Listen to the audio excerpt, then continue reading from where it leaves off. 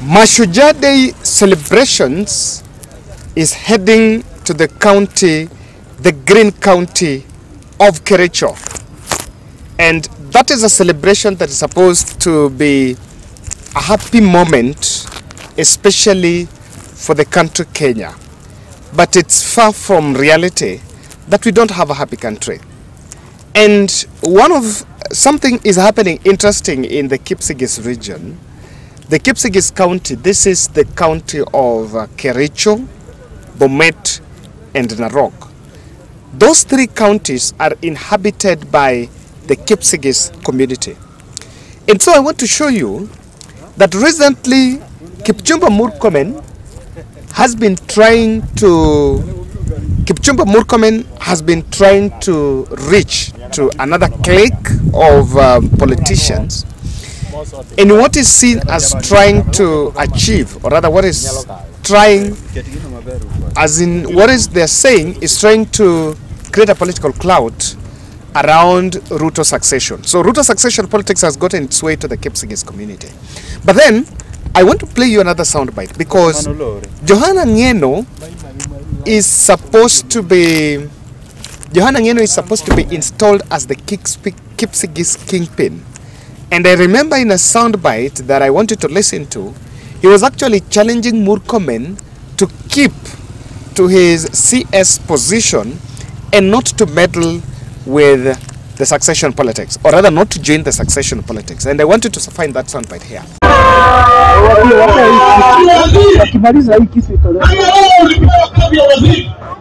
Fanya kazi kama waziri. Hudumia wananchi kama waziri. Nyinyi mawaziri na president, nyinyi ni watu ya mkono ya president. Exactly. Hivi ndio tunachagua. Na ndio tunajua. Na hivi ndio tunaenda kuuliza yeye kazi. Wewe ukituma kuleta kazi ya president, unafanya kazi. Ama mnani? Hawana tafuta siasa. Kama wewe ni waziri, fanya kazi ya waziri. Kama wewe ni mwanasiasa, fanya kazi ya nani? Wewe kama umepewa jukumu, fanya kazi yenye walipewa.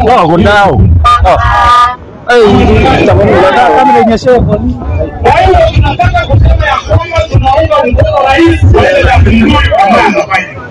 Tunaunga pia mkono naibu wa rais Rigathi Gachagua ambao huja hapa kwa minajili ya maendeleo. Tunawajua yeye na atakuja hapa na atafunga hii kaunti siku 3 siku 4. Alafu atamuka kuja huko nao.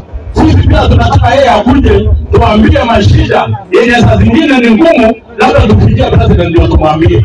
Kwa hiyo nyinyi mnapokea Rigiji akikuja kwa wiki 3 ijayo. Ya mwisho. Amua mama.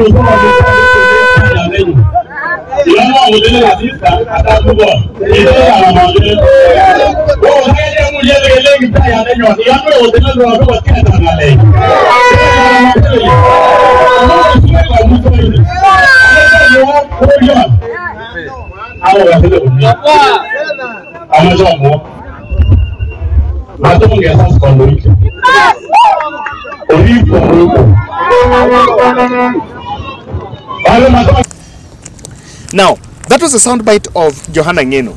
So let me give you another political observation. Now, as we speak, the journalists around Kericho are actually reporting a heavy police presence. Remember, the Mashujaa Day is still coming next week. It's not something that is happening today. But as I talk to you, the police presence there is worrying. And you can see this, the videos in your screen.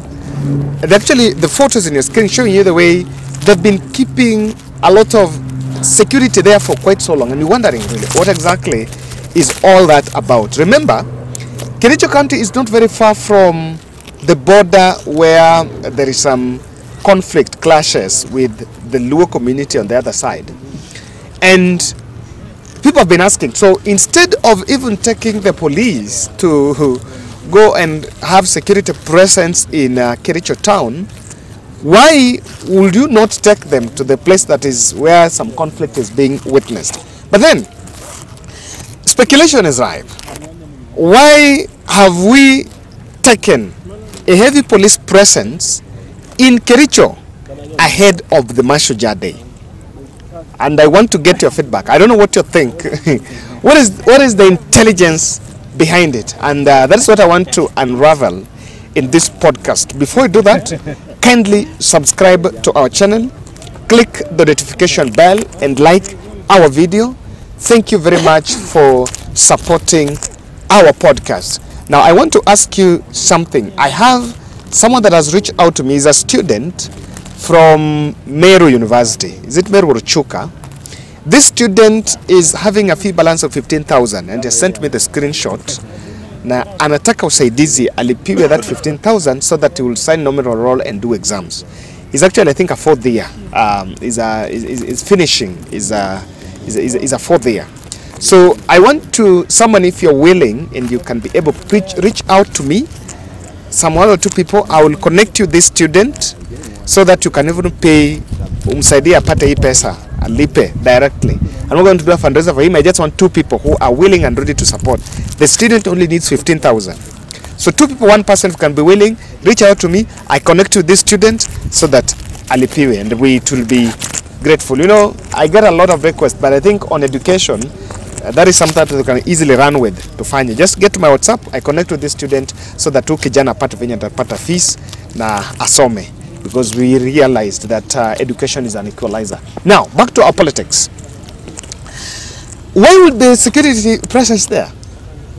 There are three reasons, and because there is something interesting happening in the Green City. Number one is the succession camps that are emerging in the Kipsigis region. In the same Kipsigis, the governor, the outgoing Bomet governor, stands not to have a political clout because he's actually exiting the political space.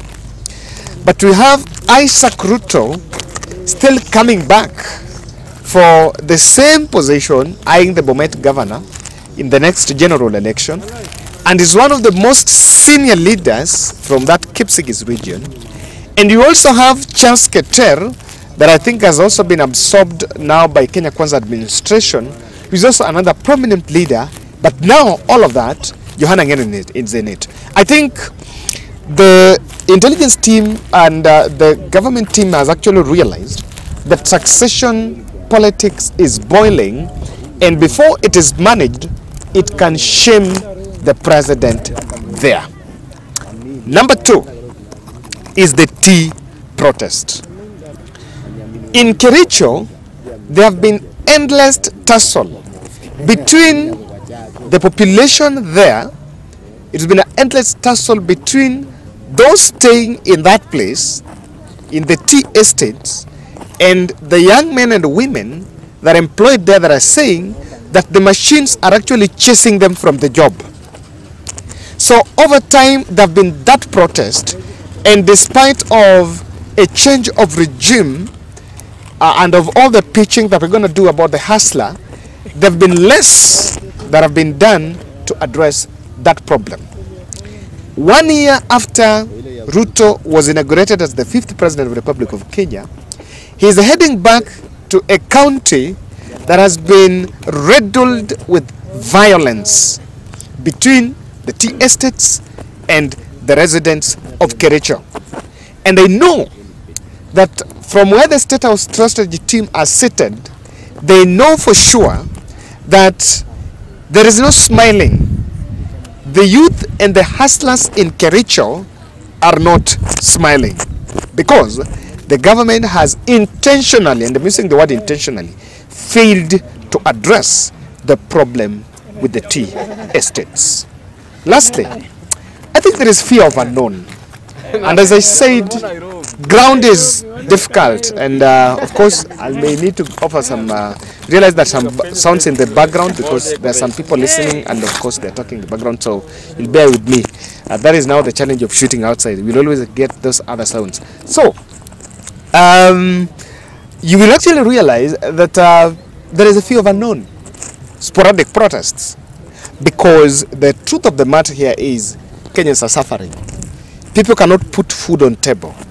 And I know that as of the usual norm, before such mobilization on such important events is normally involving the provincial administration, the chiefs now asking people and offering some few stipends so that people would actually come out of their comfort zones so that they would embrace attending such functions. And there is a very clear, there is a clarity of thought that that resource mobilization is going on, and immediately when you see police presence there, the population will be subdued into submission. That's my take. And let's see, somebody in Kericho can get to us and tell us what was the essence and where exactly is that place where there is that police presence. I want to believe it's not the whole county, and what exactly is behind it. Let's get to the coffee politics.